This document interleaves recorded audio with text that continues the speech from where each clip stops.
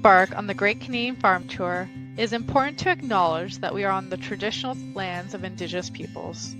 Agriculture in the Classroom Canada recognizes and honors the enduring presence of the diverse Indigenous communities across Canada, including the First Nations, Métis, and Inuit peoples. We acknowledge the deep connection that Indigenous peoples have to the land, waters, resources, and all of agriculture. We express our gratitude for their stewardship and custodianship of these lands for generations. Agriculture in the Classroom Canada recognizes that acknowledging the traditional territories we reside and work on is only a small step towards reconciliation. We ask that we all continue to learn more about the Indigenous peoples in these regions, to consider the history and ongoing colonialism on this land, to reflect on how each of us can contribute to reconciliation. Hello, bonjour! Welcome everyone to our next stop on Season 5 of the Great Canadian Farm Tour. Bienvenue à tous à notre prochain arrêt de la saison 5 de la Grande Tournée des Femmes Canadiennes. We are so excited to have everyone join us today from across Canada. Nous sommes ravis que vous soyez tous là aujourd'hui, venus de partout au Canada. My name is Mercedes from Agriculture in the Classroom Canada, and I'll be your MC for today. Je m'appelle Mercedes d'Agriculture en Classe Canada et je serai votre maître de cérémonie aujourd'hui. Before we get started, we just wanted to provide a few reminders. For those who want to follow along in French, please use the Boost Lingo link provided in the chat to access the interpreting services provided today. We ask that everyone is mindful this is an educational event, so inappropriate conduct happening in the chat, such as spamming and improper comments, will not be tolerated. Throughout the tour, we'll welcome you to post your questions in the chat to get them answered. We'll answer as many questions as possible. The mystery word for your student activity books will appear at the end of the episode, so please stick around to see it. Students' fun learning will be happening during the commercial break so that you can write them in your student activity book, so keep in mind to watch your brain break commercial break. Finally, we'd love to know where everyone is joining us from. Please comment in the chat. Now, we would like to welcome our next tour host of the Great Canadian Farm Tour, Trisha, who works at Belfast Tulips in Prince Edward Island. So we're going to welcome Trisha here now. Trisha, great to have you with us today. Thank you for having me. Now, Trisha, I was wondering, before we get started learning more about tulip farming, could you tell us a little bit more about yourself? Yeah, so I am from Prince Edward Island, as you heard, and I have always grown up on a farm with my family. We are multi-generational farmers, and we grew lots of different crops like cole crops, broccoli and cauliflower, peppers, garlic. We even opened a farm store in Charlottetown where you can buy fresh local produce. We have a bakery, and we used to have a corn maze, and now we have Belfast Tulips.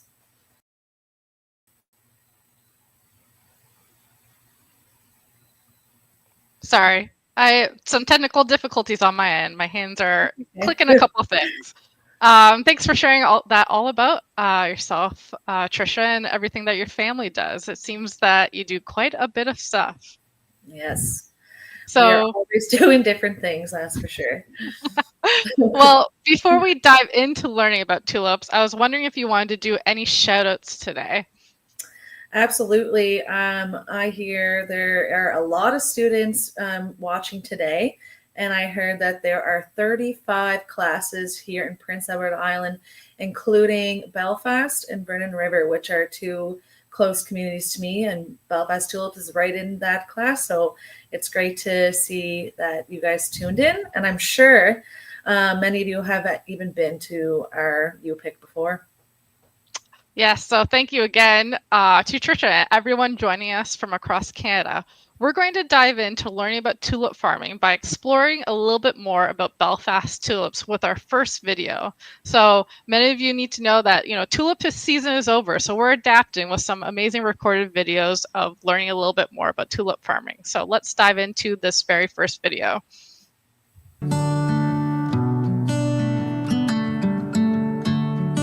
Hi, this is Trisha Vienna at Belfast Tulips in Prince Edward Island, Canada.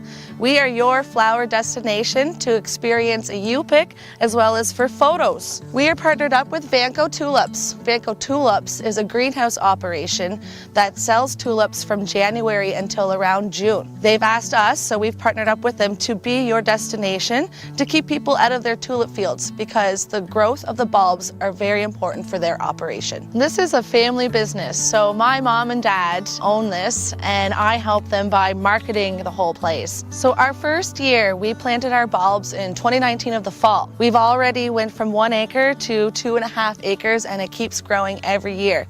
That's millions of tulips. We don't use the same bulbs every year. We have to also rotate where it is in the field because of the spread of disease, which is another reason why Vanco Tulips has asked us to do this, so that he doesn't have people going into his field and spreading disease.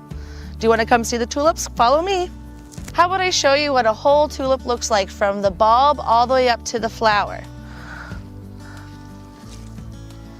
So as you can see, we've got a root system, and here we have the bulb. But what's really interesting about the bulb growth is that they grow other little ones on there, and that's what Vanco Tulips does. So when they plant theirs in the field, this is what they're doing. They're growing to produce more bulbs. And what you can do eventually is you take that off, and then you're gonna root that one as well. So for us though, these remain small because we only use them once a year, and we don't top the head of the flower, which topping it brings growth to the bulb and stops growth going into the flower itself. So here we have the bulb, we've got the stem coming up. So as you can see in the ground, you'll start to see these green leaves popping out first. Then you'll see a closed little tulip head, really tiny little head, that eventually opens up to be a beautiful flower. The tulips are planted by the big cedar that looks like just as big as a Zamboni going through each row up and down. So what we do is we plant them in the fall, normally cover them with straw to help protect and keep them safe in the ground. And then we'll start seeing them pop in April or so, a little bit mid-April. You'll see the green coming, and then you'll start seeing the nice little closed tulip flowers. Usually around the start to like mid-May. We are the only U-pick and photo destination in Atlantic, Canada. The biggest is obviously in Holland. Bus does come from Holland. He's the owner of Vanco, and he just had this vision of bringing these beautiful tulips here to Canada. You'll see his cut tulips across Canada and United States as well. Hi, my name's Bray. My job here at Belfast Tulips is to welcome customers, take payment from them, give them a ticket to the tulip field and a bucket if they'd like to pick tulips. And it's definitely one of my favorite summer jobs I've ever had. What I love the most about this business is that it's outdoors, it's colorful, you get to see something new every year. People have been proposed to, we've had engagement photos, maternity photos. I'm sure a wedding is going to happen here one of these years soon too. Well, thanks for stopping in to Belfast Tulips and checking out our seasonal farm. Hope to see you here someday. See ya!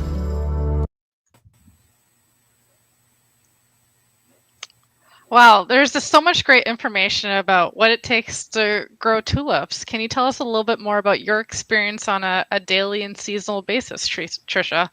Absolutely. So, like I said, I get to do all the marketing of the tulips, which is such a fun part of the business. So basically, my partner and I, her name is Amanda, we start prepping everything as planning out social media, events that we might have, getting the website tuned up.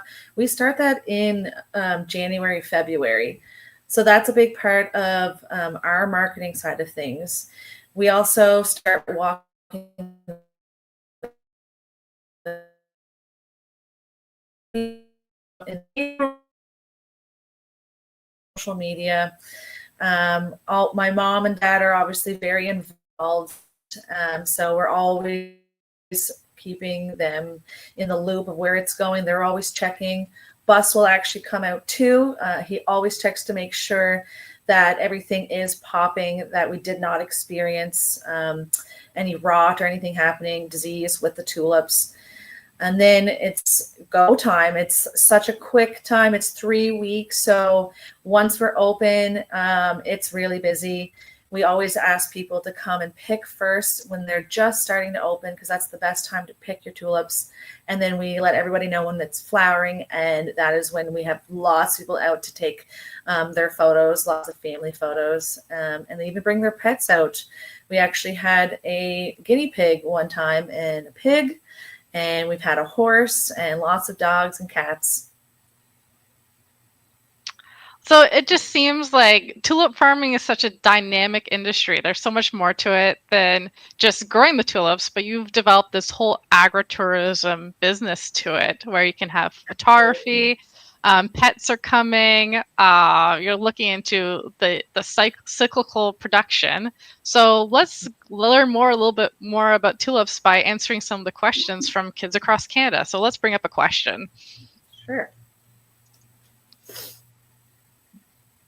So our first question, coming from a grade 2 and grade 5, Gray and Jack, says, how big are your fields in acres? So our fields, we started out with 1 acre, and now we're up to 5 acres. However, Vanco tulips fields, where you see the really big blooming fields that they use to produce bulbs, those are anywhere between 10 and 50 acres. I believe they have about 50 to 75 acres of tulips growing. Well, it's an amazing amount of acres, and I'm going to challenge everyone to try to figure out how many tulips do you think is grown at Belfast Tulips in a given year. So as students across Canada are populating their answers, we're going to move into another question that we're going to answer as we wait for their responses. So let's bring up our next question. So we're just coming in right now with our next question coming up and in a moment. And here we are from Penelope in grade 5. How many different tulip colors are there at Belfast Tulips? So this is a fun question. Yeah. So we know that there are so many different colors out there. We're lucky to see at least 20 to 25 different colors. You'll see yellow, you'll see red, orange, different shades of pink, purple, white. There's even multicolored ones. There's varieties that have red and yellow mixed together. Those ones are one of my favorite kinds. And there's also different, so when I say different varieties as well, there's also different tulips that have different petals. So some of them are actually called parrot tulips. And Bus does grow from Vanco tulips. He does grow some of those very novelty special tulips, and they're really neat to see as well. Wonderful. That's so fascinating. And we do have some answers that for our previous question on how many tulips do they think that you grow at Belfast Tulips. So let's just pull up some of these answers. And I've been monitoring the comments as well. And so some of these answers are 2,000, 400,000. We also have someone who said 500, 6,000, a million, a trillion. So Trisha, what's the answer to this question? So here's some of our answers coming in right now. One of the answers are pretty correct. We have over 1 million tulips. So I think now with 5 acres, we'd be looking at almost 2 million tulips in our field alone. Oh my gosh, that's just amazing how many tulips there are being grown there. Mm-hmm. I can't even fathom, but we'll be seeing some video and image assets to look a little bit more into it a little bit later on. But we're going to continue learning a little bit more about tulip farming, and then we'll answer more questions. So our next video that we're going to be watching is about planting. So let's bring that one up. And then Trisha will just tell us a little bit more about the process of planting as we're watching it. So as you can see here, they have a tractor with a planter on the back. And on the very top, you can see that that's where all the bulbs go into. So they will feed that as it gets lower into the ground. They also have a wrap there. You'll start seeing as they're planting it, this wrap is unraveling as well. And that's something that they use at Vanco Tulips to harvest the bulbs a lot easier than having to shovel or hand pick them, or something maybe that would be like a potato digger. This is a lot more gentler for the bulbs, as we don't want to damage those. On our farm, you would see a smaller version of this because we're only doing 5 acres. So it's a little bit smaller. It's pulled behind by a tractor as well. It's just amazing that even with 5 acres, how many tulips you could grow. 1 million to 2 million tulips is a lot in just 5 acres. Yeah. So that's very fantastic and fascinating. And it's interesting to see the differences too between what you do at Belfast Tulips and what your partner Vanco does as well. So it's amazing the depth of differences you can see in agriculture and in farming. Absolutely. And the neat thing about tulips too is that they're planted in the fall. So you actually want to put them in the ground in the late fall, cover them with straw, which helps keep them safe from some of the frost. And then they will start budding in the springtime, very much like you would plant your garlic in the fall as well. That's so interesting. I have a quick question before we bring up some more questions from students. Is a tulip a perennial or an annual, Tricia? What kind of plant is it? They do come back every year. So for gardens, like at your home, you can plant them once and they tend to come back every single year. For us, because we're doing it on a bigger scale, we can only plant it the 1 year, and then we have to actually kill those bulbs right now in the springtime whenever the tulip pick season is over.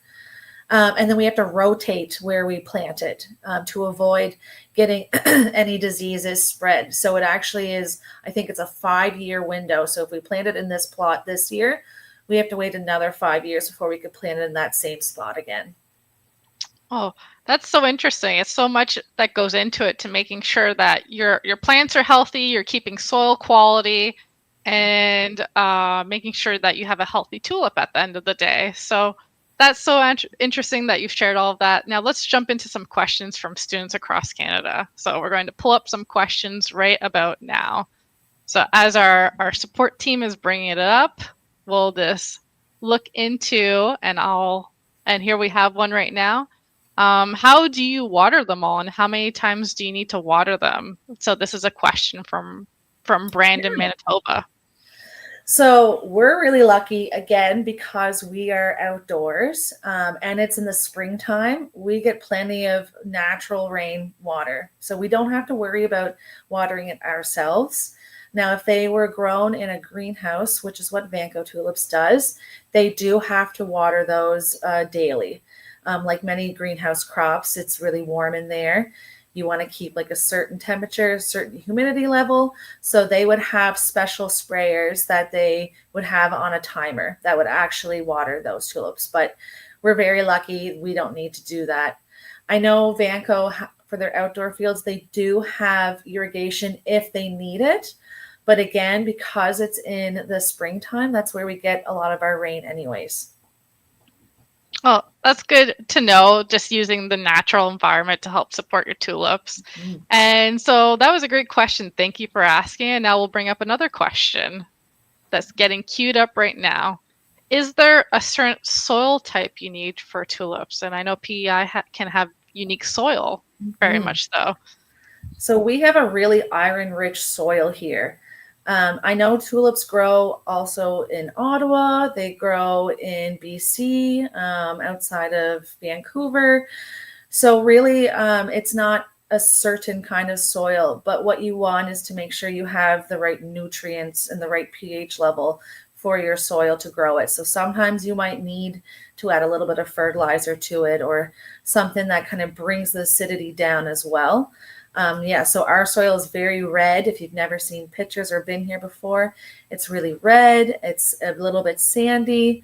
It's really beautiful for growing tulips and many different vegetable crops, especially potatoes.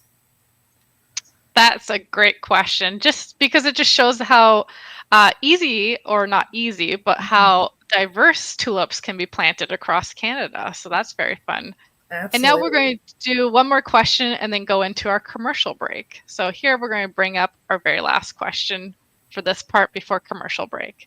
So this is coming from a grade to 4 and 5 split class. Have you ever had a year where the tulips didn't grow and you didn't have anything to pick? That's And another that great question. would have been a sad year if that happened. Right? We have had little spots in our field where some of the tulips didn't grow very well. And that could be due to many different things. Potentially the bulbs weren't very good where we planted them, or maybe that little patch needed some soil or better soil. So for different reasons, it can be patchy at sometimes, but we've been successful to have flowers every year, thank goodness. Yes, and that's why it's always important to look after the soil, why you do kind of your rotations where you can only grow them and then you can't grow anything in that plot for 5 years. So we're going to go into our commercial break and then we'll be back to learn more about tulip farming with Trisha. Great.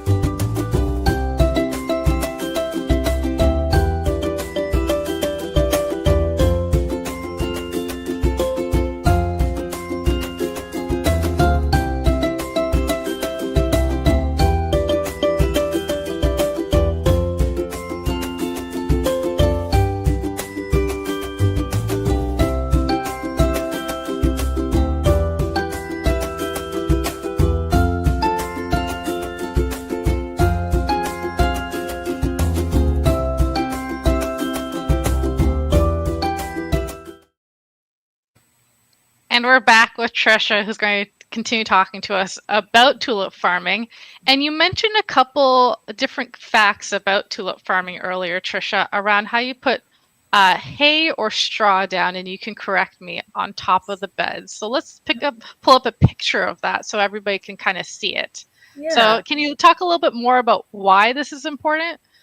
So the straw is important because it helps protect the bulb throughout the winter. So that if we have deep frosts, it's kind of like a bedding or a blanket over them. And also in the springtime, it helps with weeds. So it's suffocating the weeds. So it's a lot easier for us. We actually don't have to worry about weeds in the field, which is amazing. And then it makes it a lot nicer for people to walk through it when they're you picking and taking photos. So for many reasons, the straw is such a huge asset to putting over the tulip bulbs. Oh, and that's such a great fact, because that's something that maybe if anybody's growing tulips, that they can use it. If they have access to straw, they can put it down to kind of do some weed control for them and help protect the bulbs. So here we have another kind of close-up picture, and this is before they start to bloom. Like, how long does it take to them to get from starting to sprout to blooming, Trisha? So right now what we're seeing is a picture that we would have taken in like late April. Once you start seeing a couple flowers bloom, it's not much long after that. It could be a week, it could be 2 weeks. It's really weather depending. We've had some really warm springs where they've popped and we've opened earlier than expected. Then we've had some cold springs where it's pushed it. So sometimes we could be open. I think the earliest we were open was May 17th. The latest we were open, I believe, was May like 25th or 26th or something like that. So it definitely depends on the weather. But this stage here, we always educate people that in the next week or two, it'll be a great opportunity and great time for you to pick flowers that you want to last. So what we offer are buckets of tulips that carry up to 100 stems. And we tell people to pick them from different stages. That way you can have colorful ones on your table right now. Then you have some that are closed up that you can store in your refrigerator. And some people have actually stored their tulips for a month long in their refrigerator before they went fully to bloom in their house. That's a great tip for you picking, because I know when I've gone to you pick, my first desire is to always to cut them when they're always already beautiful and blooming, Yeah, and then I find they don't last that long. But exactly. Yeah, cutting them at different stages will mean you get to prolong the fun experience of having them. So thank you absolutely. for sharing that. Now Yeah. we're going to jump into some questions from students across Canada. So we're going to help and zoom in on us. And then as we're bringing one up, how tall do tulips typically get? And this is from Logan in grade 1. Yeah, that's another great question. And it's really funny because there are different varieties of tulips. So some tulips actually do grow a little taller than other ones do.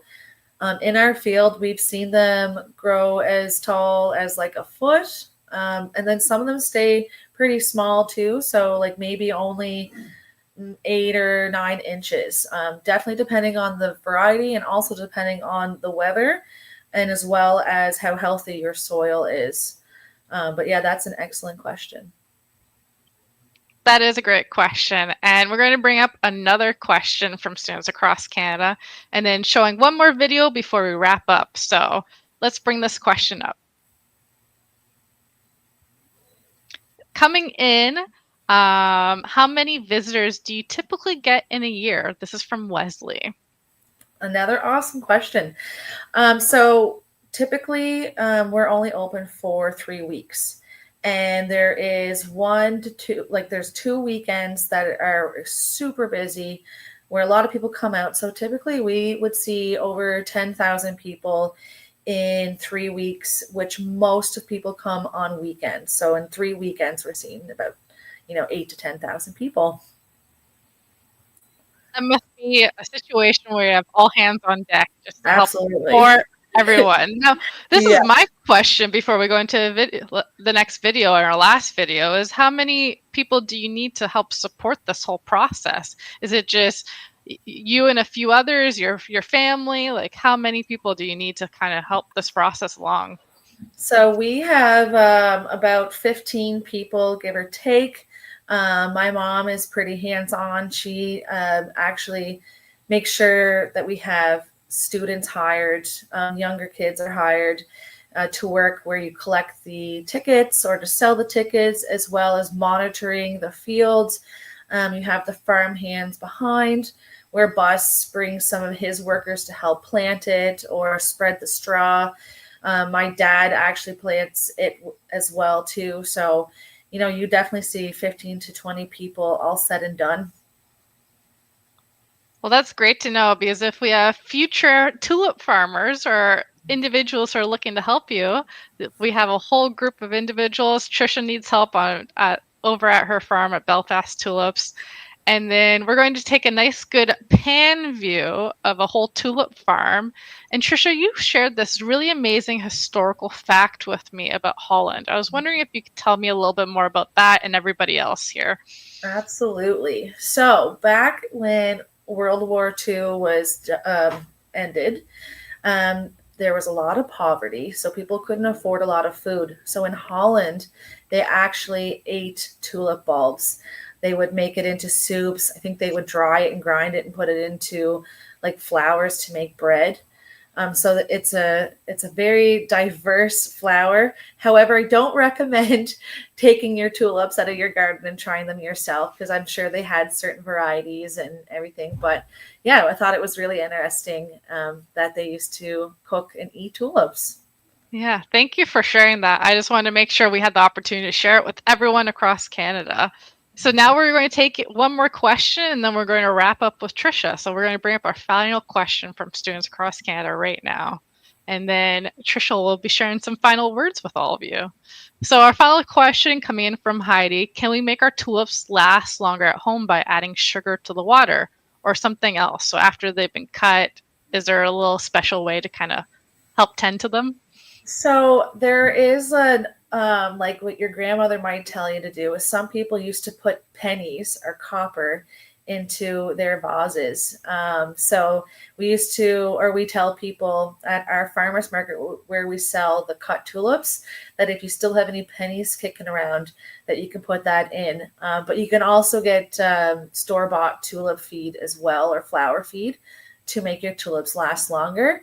But the best thing you can do is trim your bottoms, put fresh water in, and just continue to trim them. Try to leave them out of your windows where the direct sun would be hitting them too, because that heat and sun will make your tulips pop even more when they're in your home.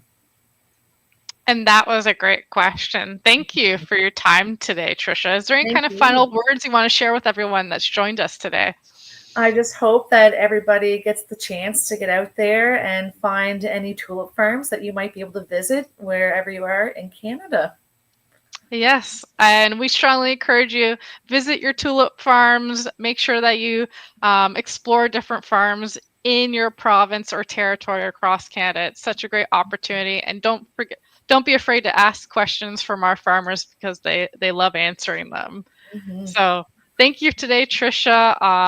I learned something new today. I know everybody else did. And before we close off today's episode, and thank you everyone for waiting patiently, I wanted to share today's mystery word today, which is mystery word number 3, which is trail, or chemin en français. So make sure to write that down in your booklets, your student activity booklets, as part of your mystery phrase for the Great Canadian Farm Tour. It goes into the empty spot for word number 3.